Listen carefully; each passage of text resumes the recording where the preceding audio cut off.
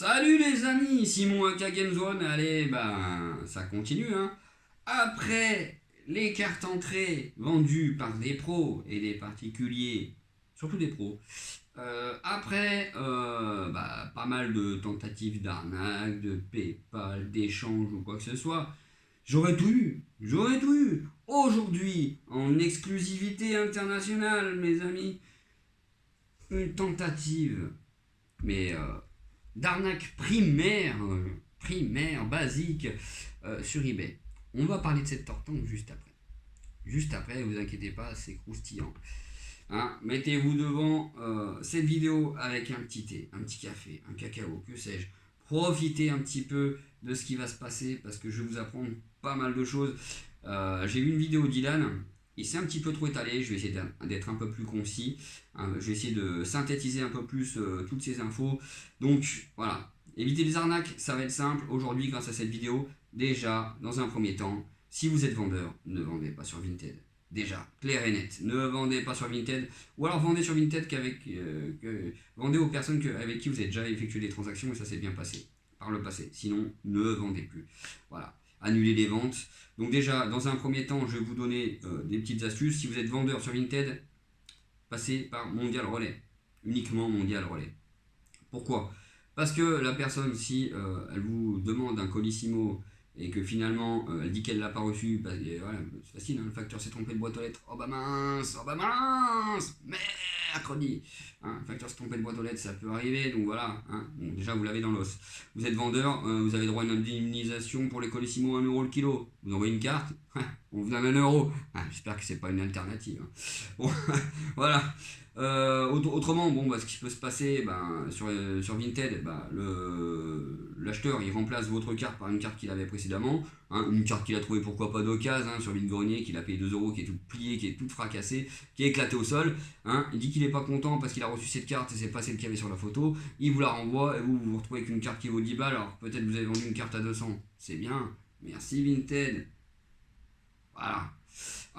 Qu'est-ce qui peut se passer d'autre sur Vinted? Ah oui, colis perdu dans la poche du livreur. Donc pour Vinted, pas de chronopost à éviter. J'ai fait 5 envois chrono sur les 3 derniers mois. Il y en a 2 qui ont été perdus. Ouais, ils ont fait 30 km et ils se sont perdus dans la poche du livreur. Mince! Oh, dis donc. Pourtant, c'est des enveloppes format 4, hein, c'est pas les plus petites enveloppes. Hein, on peut dire, bon. Voilà, moi, je mets des grosses enveloppes ou des gros cartons justement pour éviter qu'on déclare que ça soit perdu. Ça, s'il le met sous sa veste, le gars.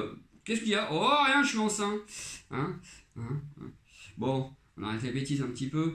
Voilà, bon, après, en tant que vendeur, si jamais vous arrive un problème, qu'est-ce qui se passe? Vous contactez Vinted. Vous parlez à une IA qui vous cite les règles du catalogue, les conditions générales. Vous n'avez aucune communication possible. Donc, autant vous dire que dès que vous êtes vendeur et qu'il y a quelqu'un en tant qu'acheteur qui essaie de vous la mettre à l'envers, vous ne pouvez rien faire. Voilà. Ceci étant dit, on va passer en mode achat. Donc, quand vous achetez sur Vinted, normalement vous avez une protection acheteur et vous avez tous les droits.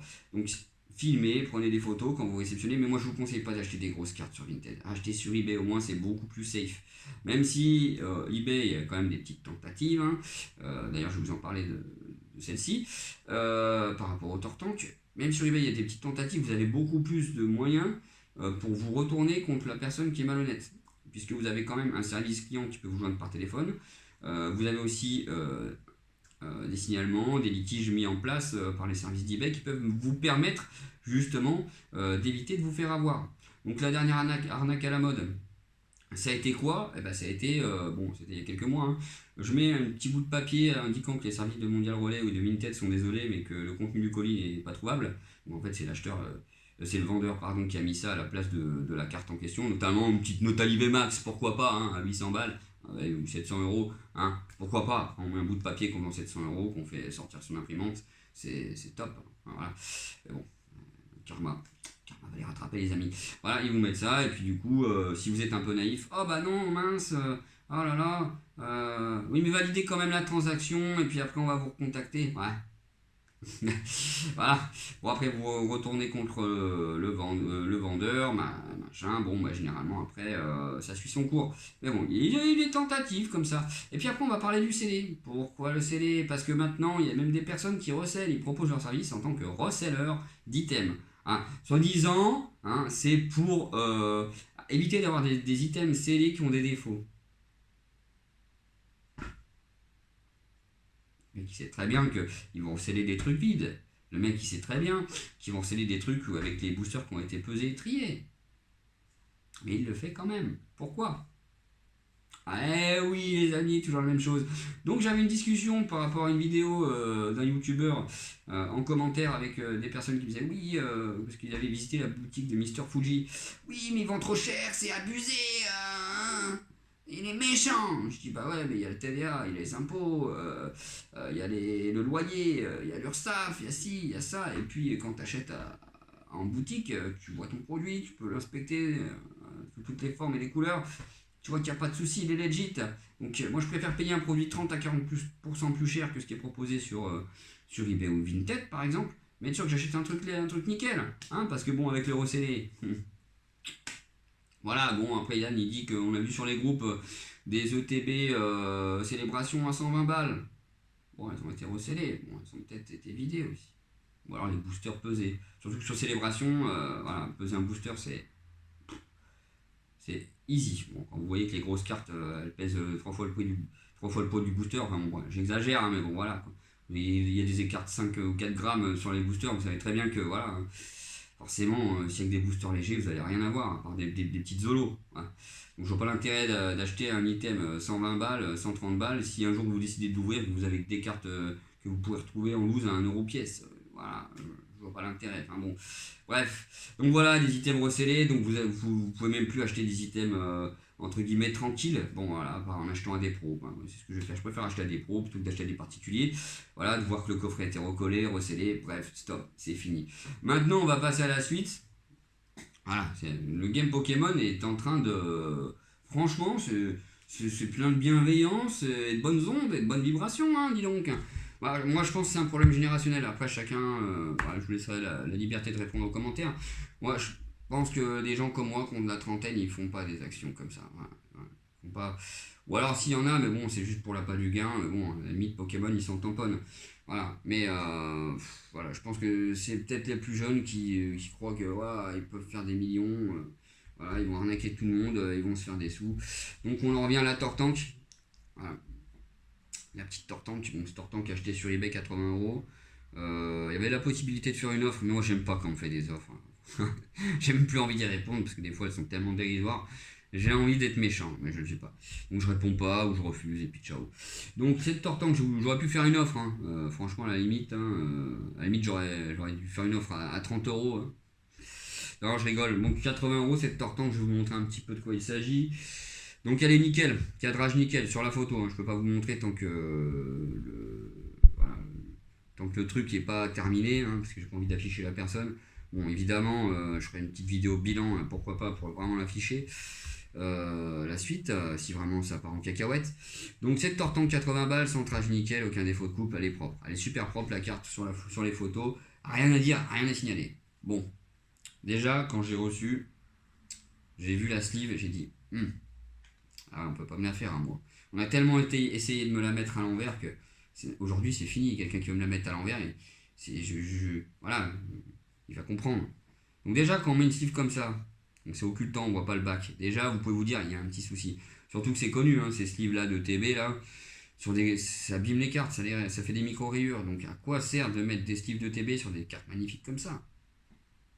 Bon allez, sur des petites zolos, écoute, on s'en fout. Allez, des petites airs à 5-10 balles, pourquoi pas, mais pas sur des pépites comme ça. C'est un manque de respect total. Bon, hein.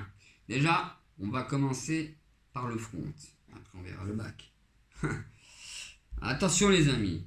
Donc la carte était censée être nickel. Donc là déjà, je pense que vous pouvez voir, on va identifier un petit défaut là.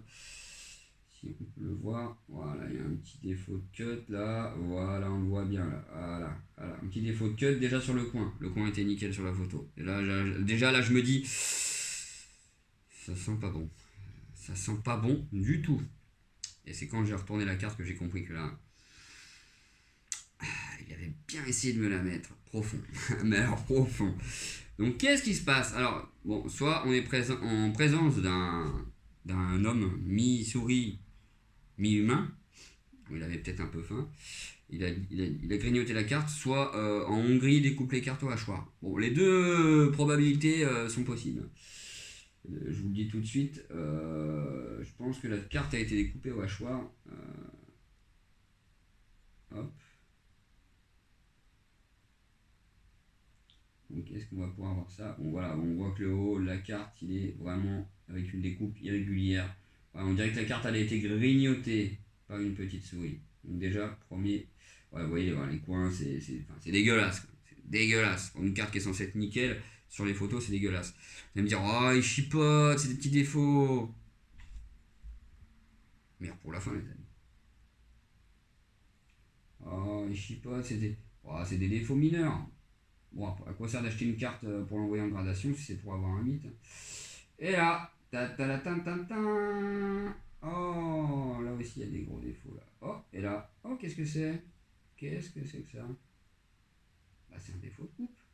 Et là, vous voyez, je sais pas si vous arrivez à le voir. Ouais, si on voit. Le rebord de la carte est carrément plié, il est replié sur lui-même, vous voyez? Donc la carte est vraiment mais alors, dégueulasse quoi. Elle est dégueulasse. Ça, j'envoie ça à CCC. Ça prend un 7. Donc, je vais pas acheter une carte 80 € pour l'envoyer en gradation. Payer 15 € de gradation. Donc cette carte me sera revenue à 95 €. Et à la limite, je peux la revendre combien? 50. Je vois pas l'intérêt d'acheter une carte 80 €, la faire grader, payer 15 € de plus, pour la revendre la moitié du prix total, la moitié du montant total que j'ai investi. Je vois pas l'intérêt. Pourquoi j'aurais acheté cette carte-là 80 €? Dites-moi les amis. Parce que je suis teubé? Non, je suis pas teubé. Donc la personne, qu'est-ce qu'elle m'a dit? Elle m'a dit, ah bah je me suis trompé de carte, celle-ci c'est la carte de ma collection. Mince! Ah bah c'est dommage. C'est dommage. Parce que bizarrement sur eBay, il y a une petite option, quand t'es particulier, c'est retour refusé.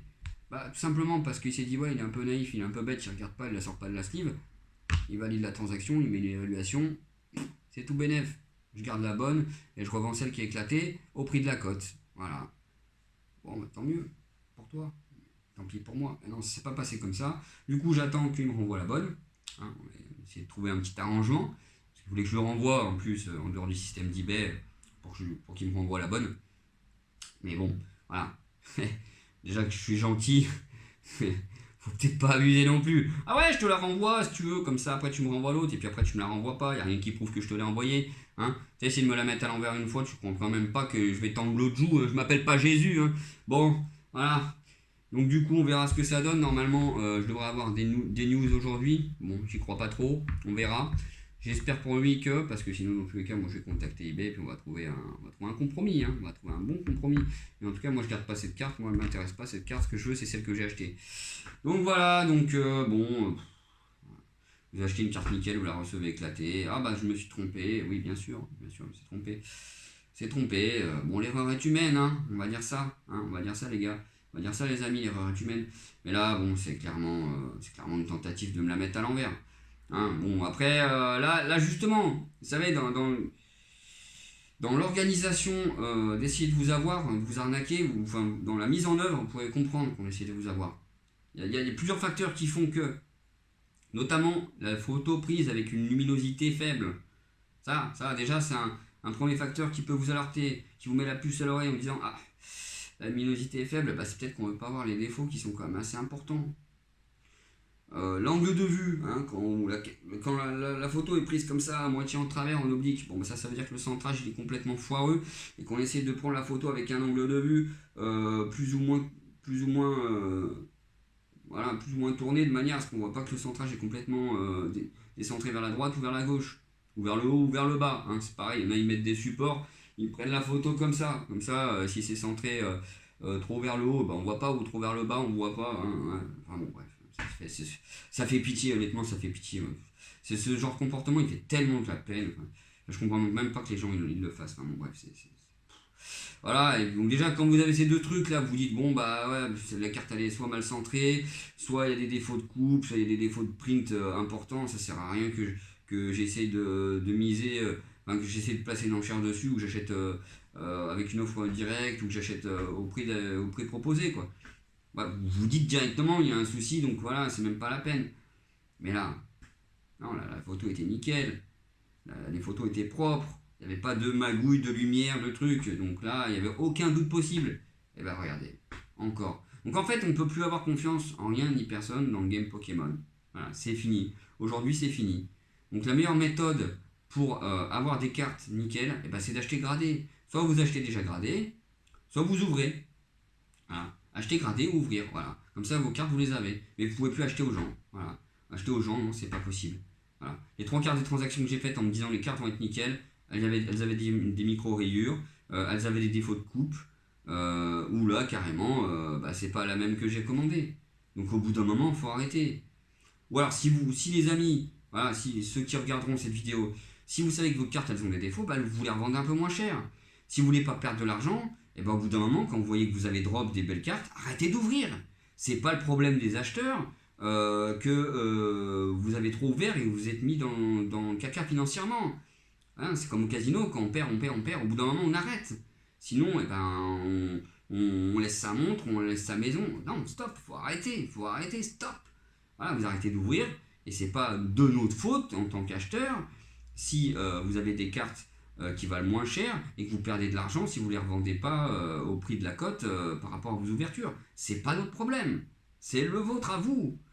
Donc si vous avez des cartes avec des défauts, vous le précisez et le prix, il doit être plus bas que le prix de la cote. Point. Vous ne vendez pas des cartes éclatées au prix de la cote, au prix des cartes normales. Non.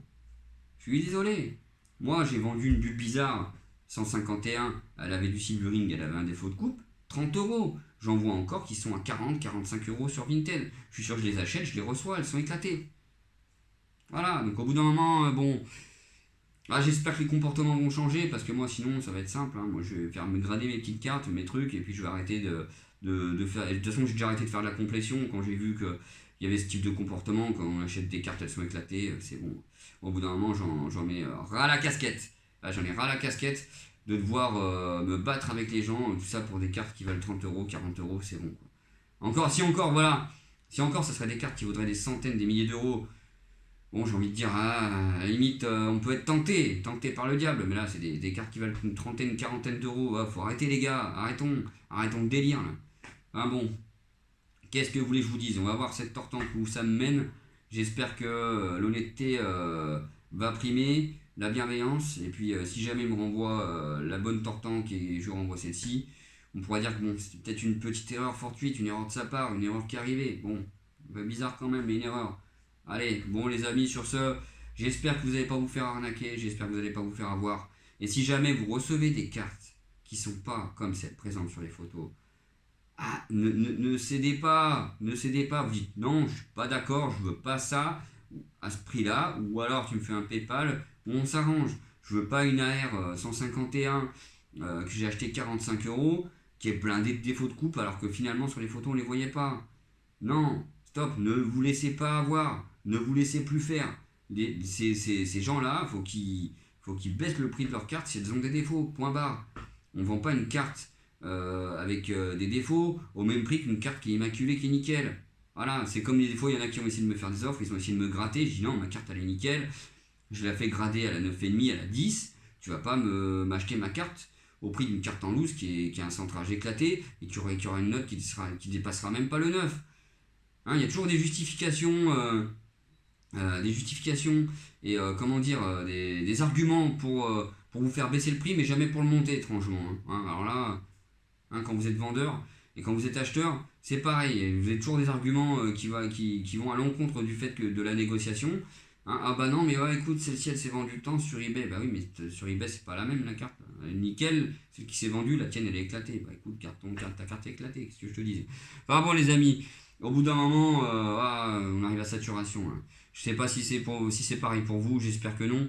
Mais j'espère que ma vidéo elle sera. Elle mettra en place un mouvement de résistance là. Résistons face à l'arnaque, résistons face au mauvais comportement, redonnons à Pokémon un petit peu les valeurs qui s'inculquaient au début de la sortie de l'animé. Faut reprendre les rênes les gars, il n'y a pas que l'argent, il n'y a pas que l'argent dans Pokémon, il y a aussi la bienveillance, le partage, etc. L'honnêteté, c'est une des valeurs fondamentales de Pokémon. Donc si vous faites des choses de manière malhonnête, et ben vous resterez avec vos cartes éclatées avec des défauts de cup, vous ne pouvez pas les vendre, et voilà, vous aurez vos yeux pour pleurer. Allez, salut, à bientôt les amis.